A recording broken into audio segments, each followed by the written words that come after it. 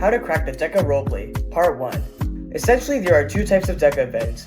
There are roleplay events and written entry/presentation events. If you don't know what a roleplay event is, it's where you get a scenario and you have to find a solution to it, because typically the scenario will involve some problems with a business or franchise, and you'll have to find a creative and innovative way to approach that. As an example, in this first paragraph, it says to assume the role of the general manager of a Hotel Royale, and typically you will receive the role of general manager, employee, or any other related role in a scenario. And typically the judge will also receive a role, and in this case they are the owner.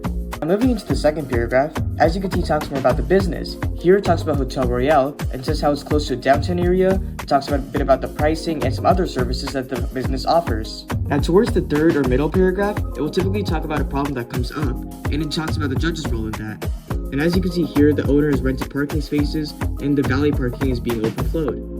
On the second to last paragraph, it talks about what the judge is looking for in addition to the key performance indicators I'll cover later in this video, but essentially this is the more broader general idea that the judge wants to see throughout your roleplay and throughout all the ideas that you present regarding the scenario. On the final paragraph, it will typically talk about how you will present your ideas in a roleplay, and it will talk about the process about the roleplay, and typically this is for first time roleplayers who don't know what they're doing, but if you have a lot of experience, you can just skip over this and save some time. And that's it for the main content of the roleplay. In my next video, I'll break down a roleplay further in terms of key performance indicators and the other attributes that a roleplay has.